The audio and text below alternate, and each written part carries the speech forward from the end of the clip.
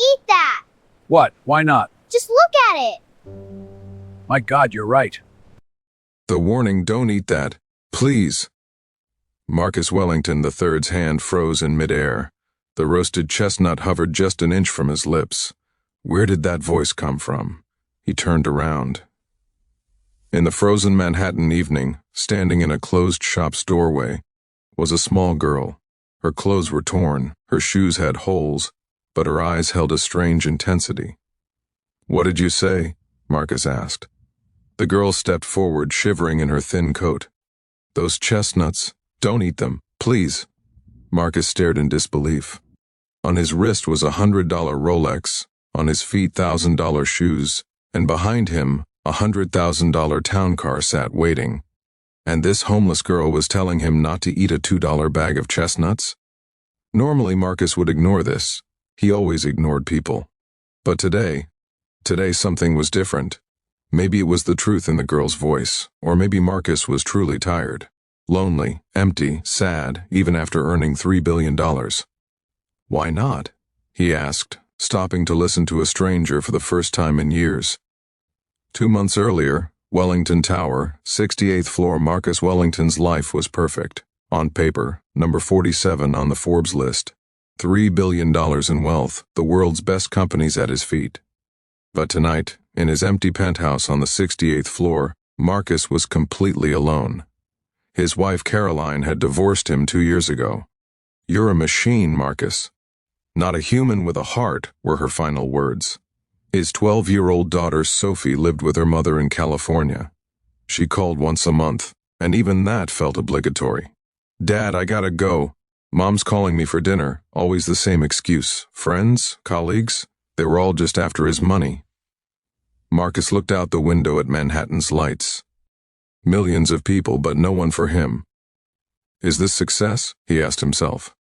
Only silence answered. "Back to that frozen evening, that cart," Elena said hesitantly. "Made 3 people sick last week. My friend Maria had to go to the emergency room. Those people don't clean their equipment." Marcus glanced at the vendor. The man suddenly became very busy with his merchandise, avoiding eye contact. Marcus tossed the paper cone of chestnuts into a trash bin. Then he looked at the girl carefully. 12 or 13 years old, torn clothes, broken shoes, but in her eyes was a strange dignity, a strength. She reminded him of Sophie. His daughter was this girl's age, but the difference between them was like earth and sky. "What's your name?" "Elena." "Elena, you probably just saved my life," Marcus said, then asked a question he hadn't asked anyone in 10 years. "Why do you care about me? You don't even know me." Elena pulled her thin coat tighter, trying to ward off the cold. "My abuelita used to say, we're all connected. What we do matters, even the smallest things." She paused, then said truthfully, "And you look sad, lonely sad, like my mom looked after my father died." Something caught in Marcus's throat. When had anyone truly seen him? Not his wealth, but his emptiness. "Why are you here, so late, in such cold?" he asked. Elena looked down. "Waiting for my mom. She works at that hotel." She pointed to a building down the street, cleaning rooms. "Then at night she waitresses at a diner. 2 jobs. And your father?" "He passed away 2 years ago. Heart attack." "He didn't have insurance, the hospital bill?" Her voice trailed off. Marcus's chest ached. This girl, who had nothing, who was hungry herself, shivering in the cold. She had saved a stranger from danger. "Why? Have you eaten?" Marcus asked. Elena's silence was answer enough. The diner, 30 minutes later across the street, was a small diner. Joe's Diner glowed in neon lights.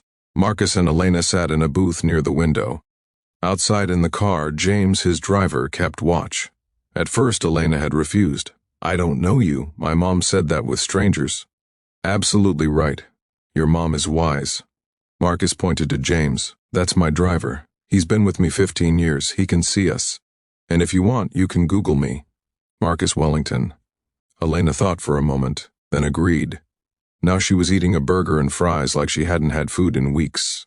Maybe she really hadn't. Marcus sipped his coffee and watched her. This girl, so innocent, so strong, so Human. Your abuelita, what was she like? Marcus asked. Elena's eyes lit up. She was the best.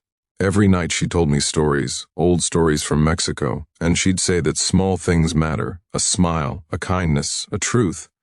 Where is she now? She passed away. Last year. There was pain in Elena's voice but no tears. Now there's just silence at night. Mom is so tired when she comes home she just falls asleep. Marcus's heart sank. His daughter Sophie had everything, big house, expensive clothes, iPhone, iPad. But she was always unhappy. And this girl, who had nothing, still cared about others. Elena, what do you want to be when you grow up? A teacher, she said immediately. I want to teach children, especially kids who don't have much. Tell them they can be anything. Marcus felt his eyes getting moist. When had he last cried? You know, Elena, he said, I've met many people in my life. Rich people, powerful people, famous people. But tonight, you taught me a lesson no one else could. What lesson? That humanity isn't measured in money. Just then, the diner door opened. A small, tired woman entered. Her eyes searched for Elena, then fixed on Marcus. Immediately, fear and anger crossed her face. Elena! She came quickly. What's going on? Who is this? Elena stood up immediately. Mama, it's okay. This is Mr. Wellington. I asked you, the mother said to Marcus, pulling her daughter behind her. Marcus stood, raising his hands. Mrs. Rodriguez, I understand this looks strange, but I promise I have no ill intentions. Your daughter saved my life this evening. What? The mother looked suspicious. Elena told the whole story. The food cart, the warning, the diner. Slowly the tension left Mrs. Rodriguez's face, but her eyes still held wariness. You bought my daughter food. Thank you. Now we're leaving, she said. Please, 1 minute, Marcus said. I want to say something. He took a deep breath. I'm a very wealthy man, Mrs. Rodriguez. But tonight I realized how truly poor I am. Your daughter, who has nothing, saved a stranger from danger. She reminded me what matters in life. He pulled a card from his wallet. This isn't charity. This is a debt I owe your daughter. Please, let me give something back. We don't want your money, Mrs. Rodriguez said firmly, straightening her spine. I know, and that's why you deserve it. Marcus wrote his assistant's number on the back of the card. I want to set up a college fund for Elena, and I know the owner of the hotel where you work. Maybe we can talk about better hours, better pay. Why? The mother's voice still held suspicion. Why would you do this? Marcus looked at Elena. Because your daughter taught me that we're all connected. That small things matter. And because... His voice broke. I've lost my own daughter. Maybe if I help Elena I can learn how to be a father again. Silence fell. Then Mrs. Rodriguez slowly took the card. We won't take charity, Senor Wellington. But if you truly believe in my daughter... Okay. 3 years later, St. Margaret Prep School, the June sunshine was beautiful. Graduation was in progress. Hundreds of people, happy families, proud parents. Marcus stood in the crowd, but his eyes were only on the stage. Elena Maria Rodriguez. Applause erupted. Elena walked across the stage in her blue gown, head held high. Tears came to Marcus's eyes. The past 3 years, so much had changed. He'd created a college fund for Elena, helped with her scholarship, sat prep, books, courses. But really, Elena had helped him more. Through her, Marcus reconnected with Sophie.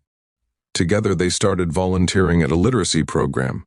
He created a foundation to help working families.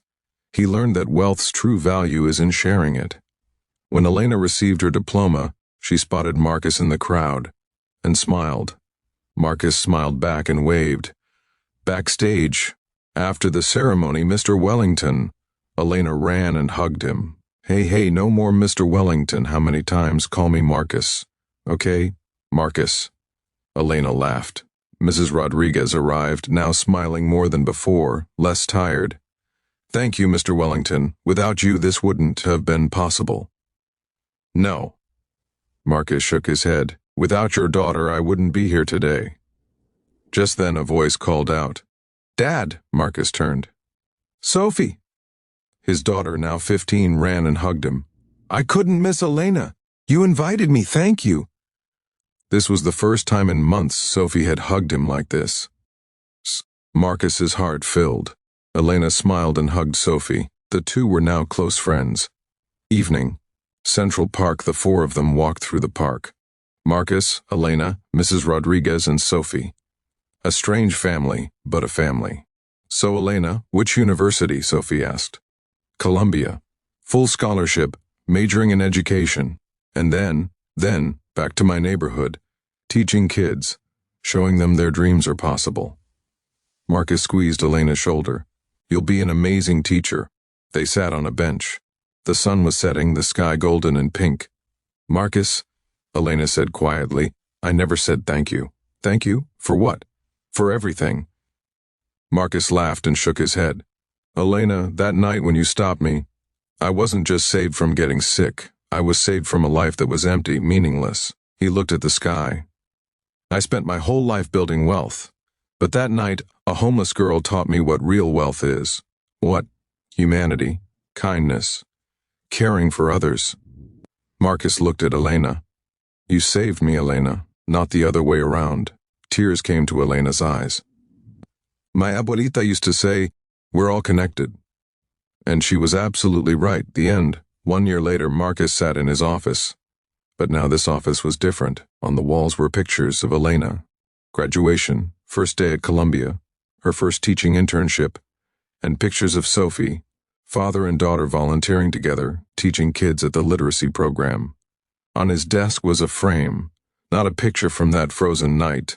That photo was never taken. But a new picture. Marcus, Elena, Sophie, and Mrs. Rodriguez, together at Thanksgiving. A family. Marcus smiled and picked up the photo.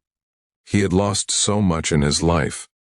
But that frozen evening, one small warning had given him everything back. His humanity, his heart, his life's purpose, and most of all, a new family built not on blood, but on love and kindness. Far away at Columbia University, Elena sat in her dorm studying. Her abuelita's picture was beside her.